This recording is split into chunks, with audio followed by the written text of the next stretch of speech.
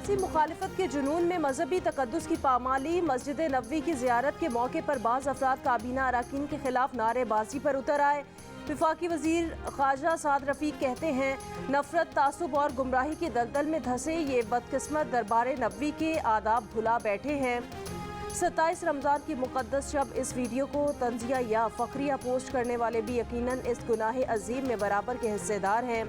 مریم نواز کے political secretary Zeeshan ملک نے ایک تصویر شیئر کی کہ کہا عمران نیازی نے اپنے سابق مشیر صاحبزادہ جہانگیر کو سیاسی نعرے بازی کرنے کے لیے وہاں بھیجا۔ وفاقی وزیر برائے بحری امور فیصل سبزواری نے کہا قائد اعظم کے مزار پر نعرے لگانے پر کیپٹن صفدر کو مطعون کرنے والے اللہ کے آخری نبی صلی اللہ علیہ وآلہ وسلم کے روضہ مسجد نبوی میں سیاسی نعرے بازی پر خوشیاں منا رہے ہیں۔ رمضان کے آخری دنوں میں مسجد نبوی کے تقدس کو بھی خاطر میں نہ لینے والوں کو تمام پاکستانیوں کے ساتھ خدا رحم فرمائے۔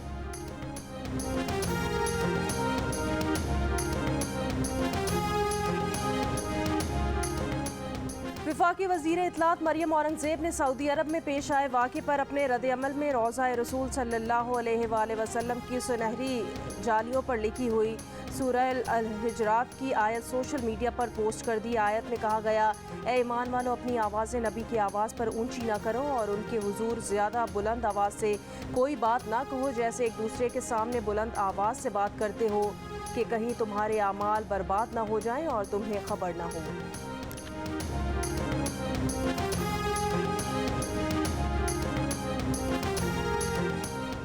وفاقی وزیر شاہ زین بگٹی کے بال کھینچے گئے۔ شاہ زین بگٹی نے کہا کہ مکہ مدینہ کے احترام میں اونچی آواز سے بات نہیں کر سکتا۔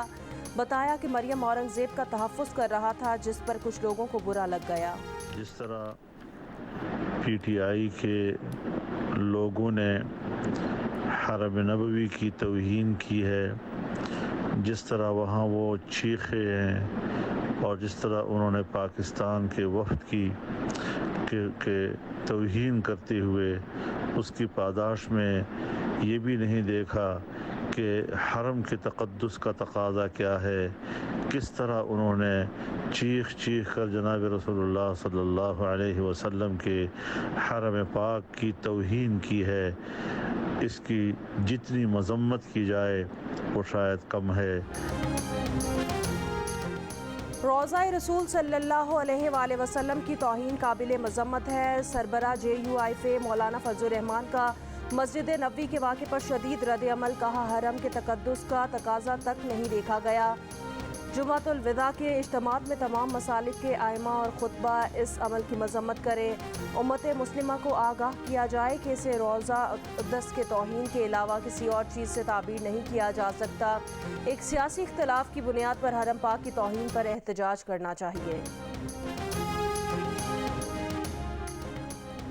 100 سال میں ایسی بےہودگی اور بدتمیزی اس مقدس مطہر جگہ پر نہیں ہوئی۔ علامہ طاہر اشرفی کہتے ہیں الفاظ نہیں ہیں، غم کی ایک ایسی کیفیت ہے جو دور نہیں ہو رہی۔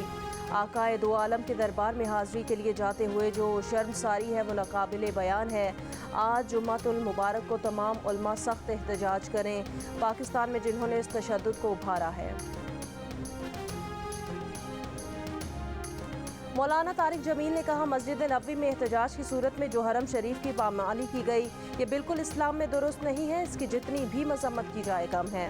جو ہے وہاں جانے سے چوری جو ہے وہ کیا سمجھتے ہیں کہ مکہ مدینے والے لوگ دیکھیں ان کے ساتھ کل کیا کریں گے، کل ان کے ساتھ حرم میں۔ سابق وفاقی وزیر شیخ رشید احمد کو پہلے سے معلوم تھا کہ حرم پاک میں پاکستان کے حکومتی وفد کے ساتھ کیا ہونے والا ہے۔ جمعرات کو ایک پریس کانفرنس میں انہوں نے کہا یہ لوگ جب حرم پاک جائیں گے تو دیکھیں لوگ ان سے کیا سلوک کرتے ہیں۔ انہوں نے یہ پریس کانفرنس حکومتی وفد کی سعودی عرب روانگی سے پہلے پشاور میں کی تھی۔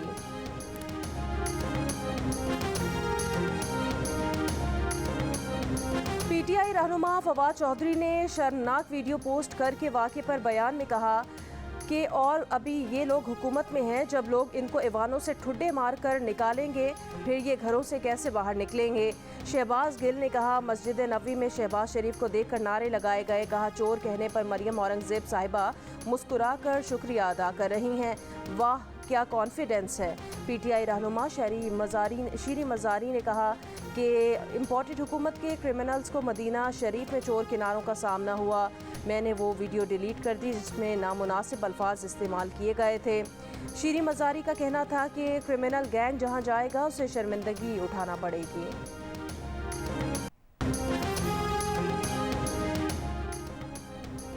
مسلمانوں کے مقدس ترین مقامات میں شامل مسجد نبوی میں کابینہ اراکین کے جانے سے پہلے ہی وہاں مظاہروں کی بعض گشت سوشل میڈیا پر شروع کر دی گئی تھی۔ دعویٰ کیا گیا تھا کہ ہزارہ پاکستانی کابینہ کا وہ حال کریں گے کہ انہیں اوقات یاد آ جائے گی۔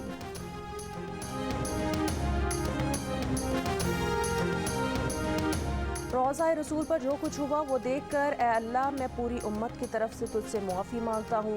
سابق کرکٹر محمد یوسف کا رد عمل، کہا مسلمان ہونے کے بعد پہلی بار گیا تو خانہ کعبہ کو دیکھ کر چیخ نکل گئی تھی، روضہ رسول پر گیا تو آنکھوں سے آنسو جاری ہو گئے تھے۔ یہ وہ جگہیں ہیں جہاں پہنچ کر رونگٹے کھڑے ہو جاتے ہیں۔ سابق کرکٹر شاہد آفریدی نے کہا یہ وہ جگہ ہے جہاں آواز بلند کرنے کی بھی ممانعت ہے، مگر ہم اپنی سیاسی دشمنیاں نبھانے کے لیے حرم کی حرمت تک بھول گئے ہیں، ریاست مدینہ کے تقدس سے بھی منکر ہو گئے۔ نعرے لگانے والوں کی پہچان تو ہو جائے گی لیکن پاکستان کی شناخت کو آج ناقابل تلافی نقصان پہنچا ہے۔ مسجد نبوی میں آوازیں بلند کیے جانے پر عوام کا شدید رد عمل، سوشل میڈیا صارفین نے روضہ رسول کی سنہری جالیوں پر لکھی ہوئی سورت کی آیت سوشل میڈیا پر پوسٹ کر دی، مسجد نبوی کی حرمت کا احساس اجاگر کیا، پیغمبر اسلام کی عظمت کے احترام پر زور دیا، واقعے میں ملوث افراد کے خلاف سعودی عرب سے کارروائی کی اپیل، لوگوں نے شاہ زین بگٹی کے بال کھینچنے کے واقعے کی بھی بھرپور مذمت کی۔ نوبیل انعام یافتہ ملالہ یوسفزئی کے والد ضیاء الدین یوسفزئی نے کہا جب گنڈوں نے نعرے لگائے تو نڈر مریم اورنگزیب نے مسکراہٹ اور سلام سے جواب دیا۔ مریم اورنگزیب ایک سچے مسلمان اور خوبصورت پاکستانی کے طور پر ہماری نمائندگی کرتی ہیں۔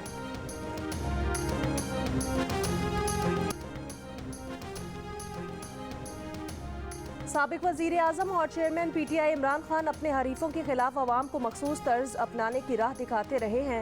ایک خطاب میں عمران خان کہہ چکے ہیں کہ وہ منتظر ہیں کہ لوگ ان لیڈرز کے ساتھ کیسے پیش آتے ہیں۔ اسلام آباد کی کوہسار مارکیٹ میں پی ٹی آئی کے رہنما اور جمہوری وطن پارٹی کارکنان میں ہاتھا پائی، پی ٹی آئی کے قاسم سوری ہوٹل پر بیٹھے تھے جہاں واقعہ پیش آیا، نعرے لگانے والوں کی پی ٹی آئی رہنما قاسم سوری سے ہاتھا پائی۔ قاسم سوری کہتے ہیں سحری کے لیے بیٹھا ہوا تھا، چند لوگ آئے اور حملہ کر دیا، وہاں موجود لوگوں نے رد عمل دیا، ان کے خلاف نعرے لگائے، لوگوں نے ان کو کرسیاں ماری، کہا اس طرح کے حملے شروع کیے تو عوام آپ کو جینے نہیں دیں گے۔ قاسم سوری نے تھانہ کوہسار میں اندراج مقدمہ کی درخواست دے دی۔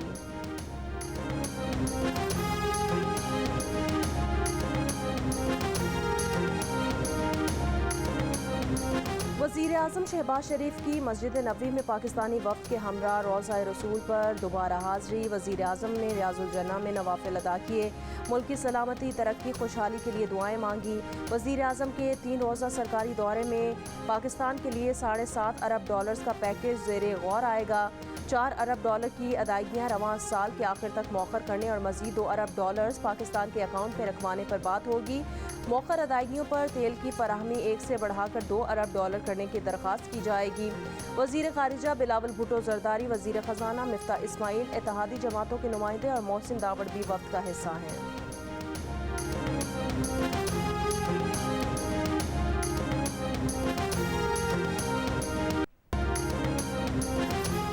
پاکستان کو فلاحی ریاست بننا تھا، مدینہ کی ریاست کے اصولوں پر کھڑا ہونا تھا، مگر ہماری آزادی میں مداخلت کر کے باہر سے سازش کر کے پتلے بٹھا دیے گئے۔ عمران خان کا رمضان کی 27ویں شب پر پی ٹی آئی کے تحت شب دعا کی تقریب سے خطاب، کہا انسان اقبال کا شاہین تبھی بن سکتا ہے جب وہ خوف کی زنجیریں توڑ دیتا ہے، قوم دعا کرے کہ ہم اپنے آزادی کی راہ میں حائل زنجیریں توڑ سکیں۔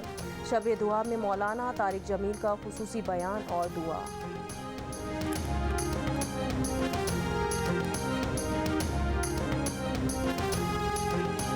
وزارت ماحولیاتی تبدیلی نے تمام صوبوں کو ہیٹ ویو کا باضابطہ الرٹ جاری کر دیا، ملک کے بیشتر علاقے گرمی کی لپیٹ میں ہونے کے باوجود بجلی کی لوڈ شیڈنگ، کراچی میں لوڈ شیڈنگ کا دورانیہ مزید 2 گھنٹے بڑھا دیا گیا، لاہور میں لوڈ شیڈنگ 5 گھنٹے سے بڑھ گئی،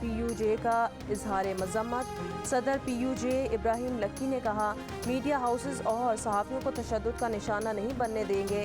سابق صدر پریس کلب لاہور ارشد انصاری نے کہا جیو نیوز کے کیمرہ مین کو ہال سے باہر نکالنا آزادی صحافت پر حملہ ہے، اونچے ہتھ کنڈے روکے نہ گئے تو احتجاج ہوگا۔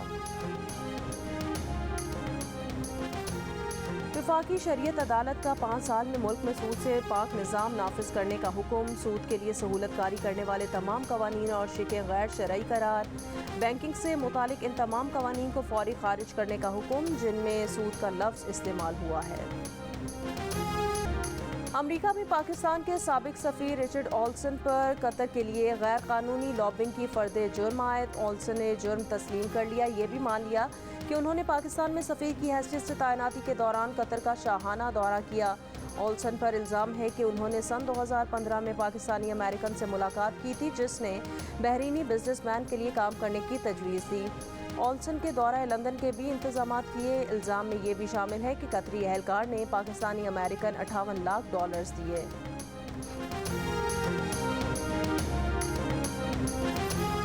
عید قریب آتے ہی ملک بھر کے بازاروں میں خریداروں کا رش۔ لاہور میں عید گالا سج گیا، شہریوں کی بڑی تعداد شاپنگ کے لیے ٹاؤن شپ ماڈل بازار پہنچ گئی۔